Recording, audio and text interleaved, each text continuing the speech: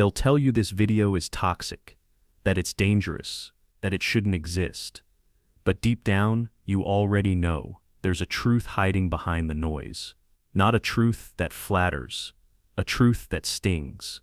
And that's why they don't want you to hear it, because if you do, the illusions start to break. And when illusions break, power shifts. Arthur Schopenhauer didn't write to comfort you. He wasn't trying to inspire hope or paint romance in rosy colors. He wasn't even trying to be fair. He was trying to be honest, brutally so.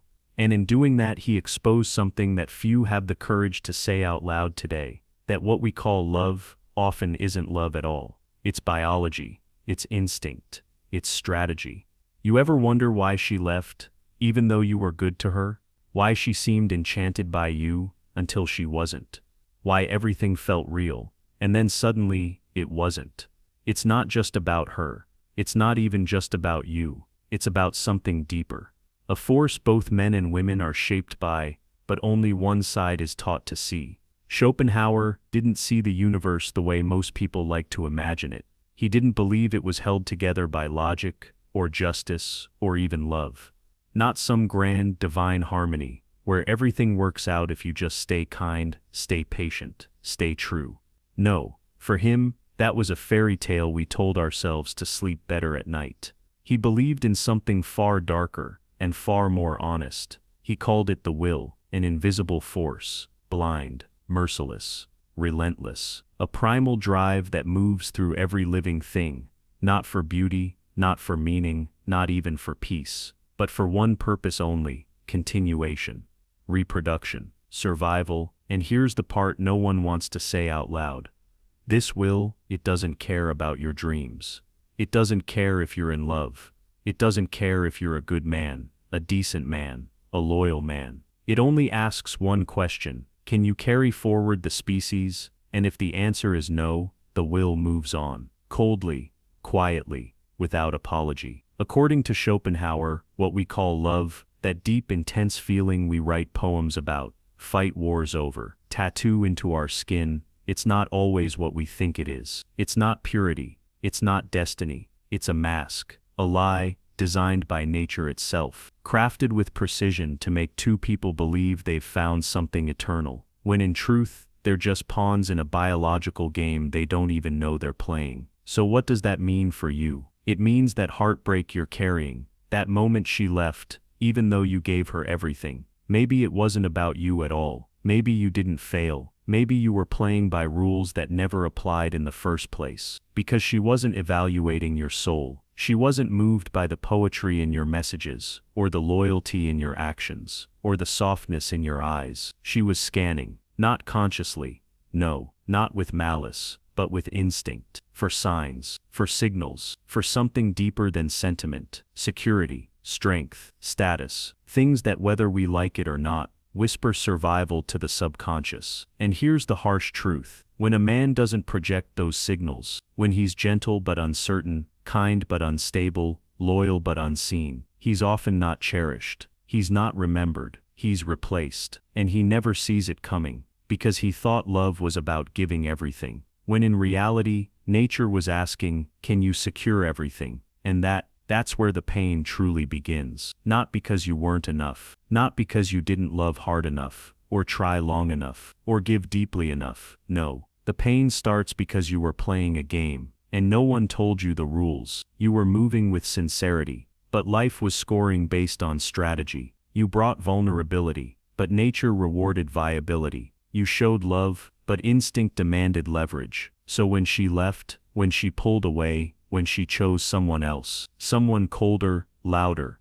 maybe even crueler, you didn't just feel loss, you felt confusion, betrayal, disorientation. Because what do you do when the virtues you were told to build, kindness, sensitivity, honesty, are the very things that seem to count the least? That's the moment many men fall silent, not because they have nothing to say, but because they don't know how to say it anymore. The pain doesn't scream. It simmers, it corrodes, it hides under the sarcasm, the late nights grinding, the fake smiles, the endless scrolling, the gym obsession, the dark humor, the apathy, until one day, it becomes a worldview, a comment section, a private message board, a philosophy, but strip away the theories, erase the rage, and what you'll always find underneath is heartbreak, just heartbreak. Schopenhauer, he didn't escape it. He saw through the illusion. He pierced the mask, and when he saw that love could be a lie, that affection could be manipulation, that beauty could be nature's bait, he didn't look away. He couldn't look away. He let the abyss stare back, and eventually, it changed him. He became bitter, hostile, closed off, not because he was wrong, but because he let truth become a prison instead of a path. But here's what you must understand. You don't have to follow him into that darkness. You don't have to lose yourself just because you lost someone else. Because the truth isn't here to hurt you. It's here to free you. It's not a cage. It's a compass, a tool, to point you back to yourself. Yes, it's true. Women are biologically wired to seek direction, to gravitate towards strength, to align with security. That's not cruelty. That's survival coding. The same force driving your instincts too. But here's the twist, and it's everything. You don't need to fake those traits. You don't need to paste on arrogance. You don't need to throw on borrowed confidence or posture with someone else's wealth. You don't need to become a mask to match theirs. You just have to become you, fully, deeply, and without apology. The most magnetic man isn't always the richest, or the tallest, or the loudest. It's the man who knows who he is, who moves from within, who stopped performing and started building. And that is something no heartbreak can ever take from you again. Men don't lose because they're weak. Let's get that straight. They don't lose because they're not good enough, or smart enough, or alpha enough. No, they lose for one tragic reason. Because somewhere along the way, they abandon themselves. They trade their instincts for approval, their mission for validation, their edge for acceptance, and they don't even realize it's happening. It starts subtly. You're told to be the nice guy, the agreeable one, the safe option. You're taught that love is earned by sacrifice, that devotion guarantees loyalty, that if you just give enough, you'll finally be chosen. So you bend, you shrink, you compromise, not for a higher cause, but for a hope. The hope that she'll stay, that she'll see you, that she'll finally say, "You're the one I've been waiting for." But here's the brutal truth. When you build your worth on being chosen by someone else, you lose the power to choose yourself. And in that moment, even if you're physically strong, you've made yourself emotionally invisible. Because need is loud, need radiates, and nothing repels like desperation disguised as devotion. But everything changes, everything. The second you stop chasing the echo, and start standing in your own voice, you win the moment you stop begging to be picked, and start living like the prize. When your path becomes bigger than your pain, when your mission burns hotter than your longing, when you wake up not to earn her attention, but to fulfill your vision, that's when something shifts. You stop radiating need, and you start radiating presence, a stillness, a strength, a subtle unshakable self-belief. And that's what women feel, before the money, before the charm, before the lines and the looks, because there is no cologne stronger than a man who doesn't need approval to move, no aura more attractive than a man aligned with his own purpose. Nietzsche, a man who walked through the same fire as Schopenhauer, but didn't get consumed by it. He admired Schopenhauer's brilliance, respected his unflinching gaze into the darker truths of existence. But unlike Schopenhauer, Nietzsche refused to stay there. He looked at that bleak, brutal world, a world where instinct ruled, where love was strategy,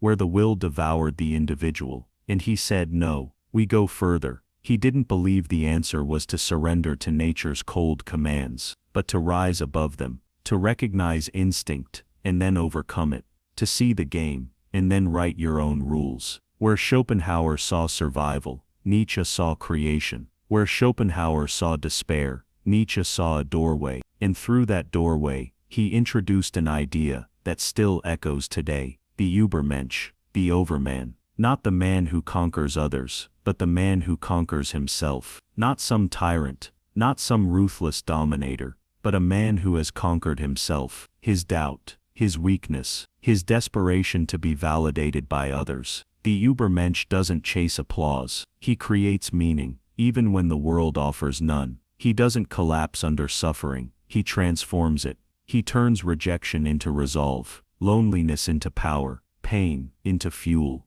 This man doesn't get bitter when life is unfair. He gets bigger. He doesn't scream at the world to love him. He becomes so full, so rooted in his own truth, that even if the world turns away, he still walks forward. That's what Nietzsche offered. A path out of passive resentment. A path out of hollow performance. A path that demands nothing from the world, because everything begins within. The overman doesn't conquer others to feel worthy. He conquers himself, and in doing so, becomes unshakable. And that is the real power no one can take from you. Maybe they don't want you to find this video, not because it's loud, not because it's angry, but because it's dangerous. Dangerous to the game. Dangerous to the illusions that keep you chasing, pleading, performing, for a kind of love that was never about your heart, but about your utility. Because once you see through the performance, you stop acting, you stop twisting yourself into someone else's ideal,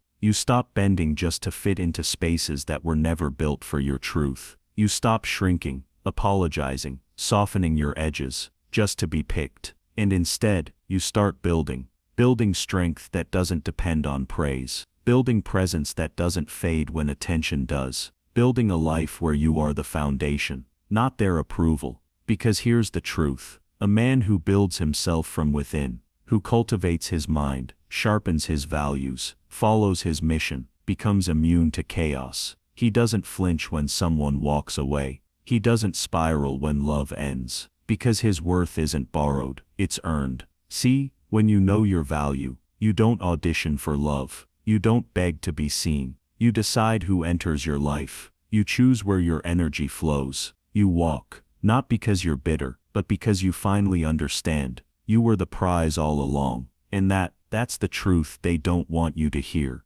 Because a man who's no longer afraid to walk away is a man they can't control. If this spoke to something in you, if it pulled back a curtain you didn't know was there, then don't let it end here. Like the video, subscribe. But more than that, stay awake. This channel isn't for everyone. It's not comfort food. It's the mirror you weren't supposed to look into. But if you're ready to stop sleepwalking through life, if you're done with the lies, the noise, the surface games, then you're exactly where you need to be. This is your wake-up call. Not just to think deeper, but to be deeper. Because the world doesn't need more followers. It needs more men who remember who they are. So hit that subscribe button and start the rebuild. Your path doesn't end here. It begins right now.